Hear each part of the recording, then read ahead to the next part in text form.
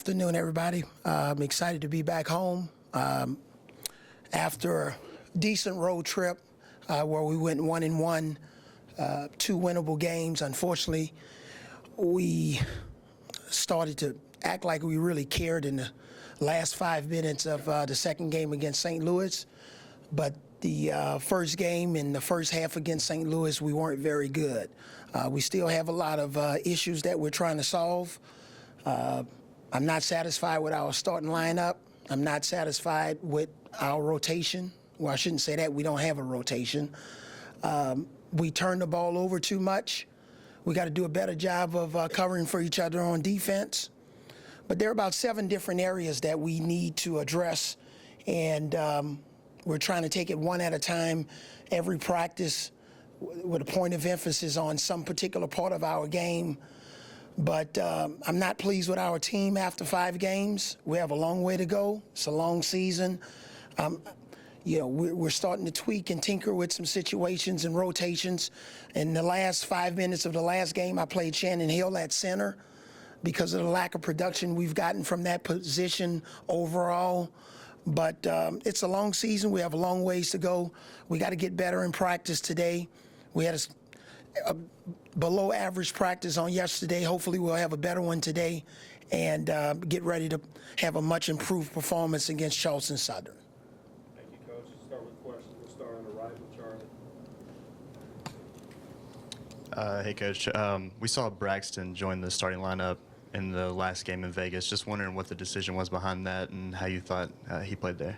Well, Charlie, coming into the season, I wanted him to really prove that he was a starter. And, the plan was let him prove it. Probably needs to be humbled a little bit because sometimes you get some of these players coming in, not necessarily him, but every practice over the last 6 weeks, he's been getting after it. So I thought about doing it around or after the 5th game, but it was time, and I'm glad we did it because we needed every bit of his production early in the game and especially late in the game. Braxton, we've been on Braxton since day one, since I got the job. So, we know what he's built of, what he's made of. We love his character. And, it's just a matter of when we were going to, get him in the starting lineup. But he's in there now, and hopefully he'll continue to play well on both ends of the floor because we can move him around a lot of different positions, some point forward, stretch 4, small forward. He's all over the place. From that side, we'll go to Cecil.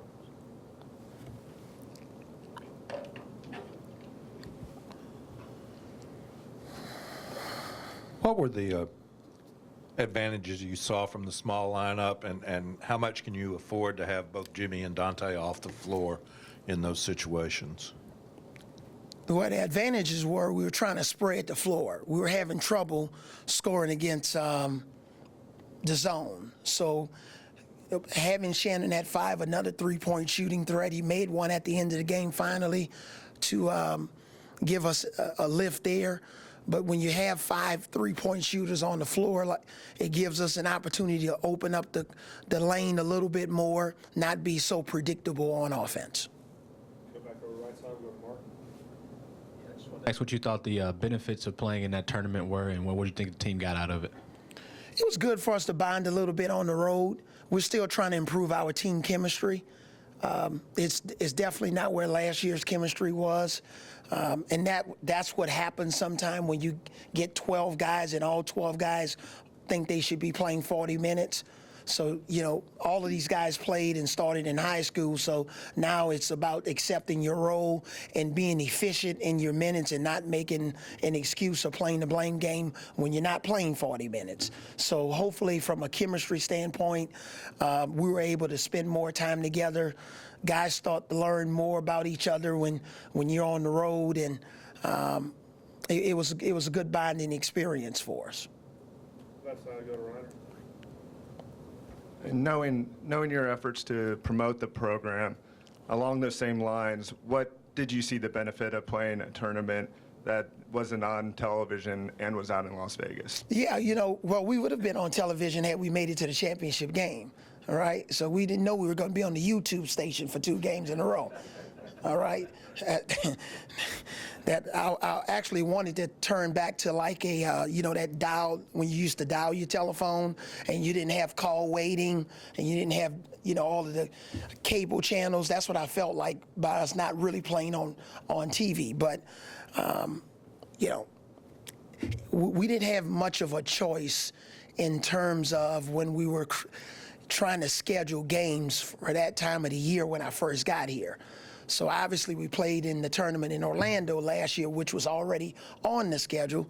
But when we looked at it, we didn't have many options. But I don't think you'll see that happening moving forward again. We have our schedule pretty much done for around Thanksgiving for next year, and it's going to be a really good situation for us. We won't be on the YouTube channel. Let's go back to the right side over to Alex. Obviously, playing Shannon at the 5, you clearly didn't get to see what you wanted to see from your center position players. So what has been the biggest, I don't want to say disappointment, but just critique you can make about that position in general? The position, like all of our positions, are divided into 5 40-minute increments. And if you play 18 minutes, then we average your production over a 40-minute basis. So again, that same word of efficiency, effort, consistent energy, that's what we're looking for. And if you're not rebounding at a high enough rate, then it's a problem. If you're not blocking enough shots, it's a problem. So, between Dante and Jimmy and Bola, and obviously we didn't play Bola in the second game, we need maximum production in whatever minutes that they're getting. Finishing layups. It's amazing how many layups we're missing. When we have certain plays to get a wide open layup, we have to finish our layups and dunks. We're not asking our guys to shoot 95% from the free throw line, right? But we're asking them to make a higher percentage of their layups and finishing in the paint and block more shots and get more rebounds and do a good job in their pick and roll defense. So that's why we had to go to a smaller lineup. We weren't getting what we needed to get, and fortunately, we moved Shannon there, and we were able to switch some pick and rolls and run our opponents off the three-point line. Because early in the season, especially after those first 2 or 3 games, teams were shooting 40-something% on us from behind the three-point line, and it's kind of the usual suspects involved in that situation, and I haven't been doing a good enough job of substituting and getting the right lineups in the game. Let's go front right, Dwayne. Just had 2 things. First, Brandon Austin, what's an update on him as far as one? Brandon Austin is 100% healthy and practicing hard, and that's where we are. Okay. And just to follow up, your assist to turnover ratio is probably even. It's like 1-to-1. Yeah. What's going on with that? Do you feel like it's just guys not getting the offense, or is it just a matter of not that chemistry thing you're talking about? Well, I just think it's mainly being careless with the basketball. We have a lot of guys just not being strong with the ball, 2-hand catches, getting on the correct pivot foot, making sure our spacing is correct when we're on offense. We just got to take better care of the ball. We have to value the basketball. And I've been saying that all year. And because we have more ball handlers, those ball handlers, when they have the ball, have to make sure that they get the ball on time, on target to their teammates. Don't make any assumptions. The easiest thing that I tell our players, and it's something that my 84-year-old coach told me when I was playing basketball: throw the ball to the open man. Now, that's some real rocket science. Don't throw the ball to who you think is open. Throw the ball to who you see is open. Okay? Big difference. So if the guy that you think is open is not open, throw the ball to the guy that's standing there open. If we do that, boy, we're going to be a much better team. Let's do 2 more questions for Coach, starting right, Tyler. Dazon, before you got here, mentioned that he thought the team should be 5-0 at this point, I guess. Do you think the tournament served as a sort of wake-up call for the team? And if not, do you see one coming? You remember, I know this is a football room, right? That's right. So you remember Bill Parcells? He said, "You are what your record says you are." That shoulda, coulda, woulda. We're 3-2, and that's where we are. And we're 3-2 because we make a lot of 3-2 and 2-3 mistakes. And they're repetitive, and they're consistent, and they're consistent patterns. So until we, what about if we do a good job of not getting in the bonus so early on defense? We commit normally 3 or 4 fouls in the first 5 minutes of the game. That puts us in the bind. If we throw the ball to the open man, make our wide open 3-point shots with confidence. So I think we are what our record says we are.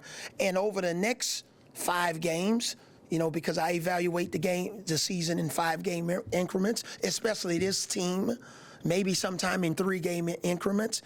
We just have to do a better job of being more consistent. You had a B question? B clause to that question? No. Okay. Last question will be over to Ken on the left. At the outset, you said you had a list of about 7 things to really get turned around. How important is really patient practice? Is that a one item at a time thing, can you get to diminishing returns when you try and change them all at once? Well, first of all, I think in terms of your question, if I wanted to be impatient, college is not the place to coach. This is all about patience. But at the same time, your patience at some point has to, get to an accountability model in terms of when are we going to graduate from some of the classes that we haven't passed. So if we consistently turn the ball over in practice, shoot-arounds, and games, or not switch in a certain situation, at some point, even though they're young guys, there has to be some sort of accountability. If the same guy on defense, Reuben Foster, misses the same tackles in practice, in walkthrough, in games, you think he's going to play every down? Probably not, right?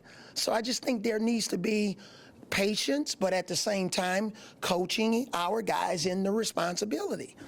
And, that's where we are. If you look at, I know a lot of you follow me on Twitter.